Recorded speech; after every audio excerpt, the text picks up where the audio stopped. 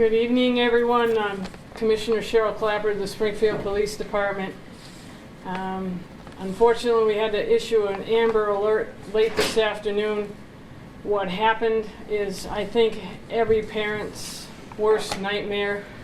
As far as we can tell, and by all accounts, it was a stranger abduction of an 11-year-old girl who came home from school and she was walking to her house. The stranger grabbed her and took her into his car, a small blue Honda Civic. She was screaming, got in definitely unwillingly, and they left the area. We had to do some investigation, of course, before the Amber Alert is issued. The Amber Alert has certain qualifications. We had to make sure that these met the qualifications.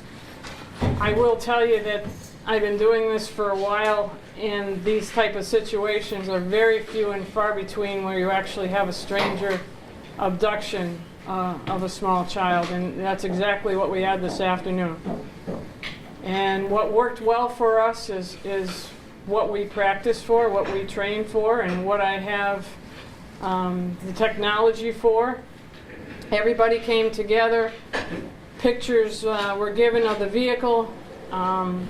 Her description was given out immediately. State police assisted in the Amber Alert. Agencies came to us and asked us if we needed help. The biggest factor, I think, in this was the assistance of the public. The tips coming in were amazing. Texa tip lit up. People were calling the Detective Bureau. We put on extra staff in the Detective Bureau to field the tips coming in. People were out looking for this car. It was amazing. Civilians spotted this car and helped us out immensely. We were able to get an accurate plate number. We were able to put that out on plate readers and the sentries on the Mass Pike. This car was located on the Mass Pike eastbound. It was stopped, pulled over. The state police have one in custody. I will give you his information. And we also have located the 11-year-old in that vehicle. She will be transported to the hospital to be checked on. Her condition looks fair to good. Not really sure how much she went through at this point. But the parents have been notified, and as soon as we can, we will reunite parent and child, because I can't imagine what they were going through. But I would like to thank the Crime Analysis Unit and Captain Trent Duda and the Detective Bureau for their hard work on this and swift work. I think once we realized, and Captain Duda and I have been doing this for quite a few years, once we realized what we had, we knew that time was of the essence. This was not the kind of case that we could go home or we could hand over or we could say we'll continue this in the morning. This was a absolute life and death situation for this little girl. So we dedicated all our resources to it, and we had a lot of help. And again, thank you to the public for helping us out, and it has come to a very good conclusion. I feel that she is okay, and there's one under arrest. You know now the victim's name. She was on the Amber Alert, Charlotte Mokia, 11 years old. So she has gone to the hospital. The car was stopped, and the barracks involved is Charlton Barracks on the Mass Pike. Arrested, and charges will be coming against a Miguel Rodriguez, date of birth 10/16 of 95. We believe he has a Bay Street in our city address. So the charges will be coming as we do further investigation. It's obviously still fluid. I think this just happened 45 minutes ago, where we actually made the stop and located the car. So this is very fresh and ongoing. As soon as we know more about his charges, we will certainly let you know. And as soon as we know the condition of Charlotte, we will pass that on. I can tell you that there's no injuries to her that are visible. So we'll let the hospital staff and personnel talk to her, and we'll go from there. Commissioner, was there ever a female suspect in the car, as some reported, or you believe there was only the one male? We believe that there may be a female involved at the time of the abduction, so that's why this investigation will continue. We will look into that. We are told by state police there is one in custody, so he has he's had quite a few hours to drop off or pick up somebody. So as the investigation goes on, we will look into whether or not there was a female driver at the time of the abduction. Can you explain how your Amber Alert helped? You said, was it indeed a motorist on the pike who saw the car? I believe that's going to be the case, yes. And the Amber Alert was invaluable in this case, and just our local news agencies putting out what we had. I think a lot of the local tips and people who had observed this car were because of what we put out initially with our local stations also. And So, Commissioner, with the video that you posted of the little girl walking to school, walking home from school Tuesday, can you talk about that and how important that was? Now, we're talking about Ring video and all these videos that people have been talking about. Absolutely, everything came together. Ring we used a private surveillance camera sent to us. We were able to hook right into, and you can email now the Crime Analysis Center. We had it up on the big screens in there. We were able to get it out to officers right away through the MDT. We were able to get it to the news media pretty quickly. We had pictures of what she was wearing quickly. And I can't stress enough that if we hadn't put all these resources and we didn't have all the help we had to recover her as quickly as we recovered, this could be a very different press release tomorrow. Commissioner, to clarify, there was only one suspect in the car when it was pulled over by police. Correct. State police said one in custody and the child located in the car. Commissioner, can you explain what happened from the time you received the report from the motorist that, hey, I think this is the car? What transpired in those few minutes after that? We've been using the Detective Bureau as sort of a base of operations, and when that came in, we just notified all our partners via police radio and telephone and we had detectives out, and they were responding to everything close. We had a couple other calls, obviously, a dark blue two-door Honda Civic we were getting left and right. I'm sorry if you were driving a dark blue Honda Civic and you were pulled over several times tonight, but it was worth it. But once that was coming in, we were in contact with our partners, and once you can put it in the plate readers and on the pipe, then we were pretty confident we would get a hit. And is that what happened? The plate went through one of the readers and you pinpointed a location or a direction? That in combination with people telling us he was eastbound on the pike, yes. Commissioner, we were hearing rumors that that car had been driving along near her home multiple times this week. Can you confirm that? All I can confirm for sure is the car was seen in the area yesterday also. Commissioner, does the suspect have a criminal record already? The suspect is known to us, yes. You able to say how? Not at this time. Some of the charges have to be clarified with what I have, but he is known to us. Knowing what you know, I'm very glad you got this girl out of his hands. Very glad. It was, like I said, we've all been doing this a long time. The deputies and I have all been here 30, 40 years. And this is, thank God, it's a rare occurrence. And we know how badly this could have ended up.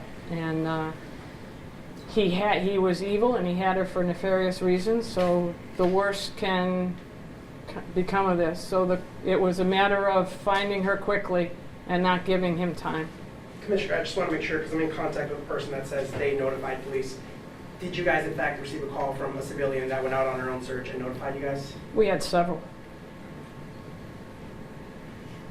Mayor, this is a better end than you can expect in many of these kinds of instances. Yes, it was when we were, from the onset of this is a mom and dad or family member's worst fear, having two young daughters myself, and how our Springfield Police Department, Commissioner Clapprood, take this to heart and it was agonizing. And I am thankful that young Miss Charlotte Mokia has been found. I am also hopeful and steadfast that I can't say what I want to say about this individual and/or individuals, that swift justice comes their way, and they no longer will be on anybody's streets. I want to be very thankful again to the professionalism and the brave and dedicated efforts of our brave men and women in blue, and to the state police and to the public. The public, we got information out ASAP, especially to our local media. Calls were coming in left and right. Text-a-tips were coming in left and right. And this is why getting this information out, the video, the technology we have with our crime analysis is so invaluable. This is another tool in our arsenal, whether it's the videos, facial recognition, anything, to save a person and to get the bad people off the streets. So when we're contemplating and constant updates that we were receiving, I'm just very thankful that this 8 p.m. press conference has come to a positive conclusion. As Commissioner Clapprood alluded to, the young lady now has to be checked out, and we hope and pray. This has been a traumatic experience for her, but she's alive, and with the efforts of Springfield Police Department and with our state police and the public and technology and the heart and soul of our public safety officials, that take this to heart, because all of us, many of us have families, and to think if this was one of our children, you go a little extra hard to make sure you get this piece of, you know what, off our streets. So, again, I commend the Springfield Police Department, Commissioner Clapprood, and the state police, and the public. They were tremendous, and the technology, putting human eyes together, heart, and technology. We're able to bring this to fruition in a positive manner, and we want to be helpful to the Mokia family as the daughter goes through getting back on her feet. But right now, as stated, there was one in custody. There could be more that comes about, and I would be very hopeful that our court system does the right thing and keep this individual and individuals, send a strong message, swift justice, keep locked up for a long, long time. No family should have to go through this. Just think of your own family. And for someone to do this, a beautiful, intelligent, 11-year-old girl, innocent. So I better stop before I say something that's a little more out of line right now. I'll turn it back over to Commissioner Clapper. Just one more question, please. Commissioner, what do you say to the parents that are nervous to send their kids to school tomorrow after seeing everything that has unfolded today? The only thing I can tell you is that this man is off the street, and this man will not harm your child anymore. And if it's due diligence, it's unfortunate. It's the world we live in. You have to be cautious. You have to talk to your children. You have to let them know that they can come to you or a relative they can trust with any information, with anybody who they think is following them, looking at them. They should be able to go to an adult. We take all these calls seriously. We get calls from schools about cars and people hanging around. We check them all out. So just keep the lines of communication with your children open, and know that it won't be this guy that harms anybody. Commissioner, you said that there was a checklist of things that needed to happen before that Amber Alert was sent out. I know many are wondering why, if the abduction happened so early in the afternoon, that Amber Alert wasn't sent out till around 6:37. Can you explain that? We have to go through certain steps to qualify for Amber. You have to be, pretty certain that it's a child abduction where we have enough information to give for the state police to give out an Amber Alert. and we want to be certain about that information. So we gave it to local, and we were working on it a lot quicker than that. Yes. And the Amber Alert actually came out locally a little bit later than what it did for the rest of the state. So it was only a couple of hours, and that's just to make sure.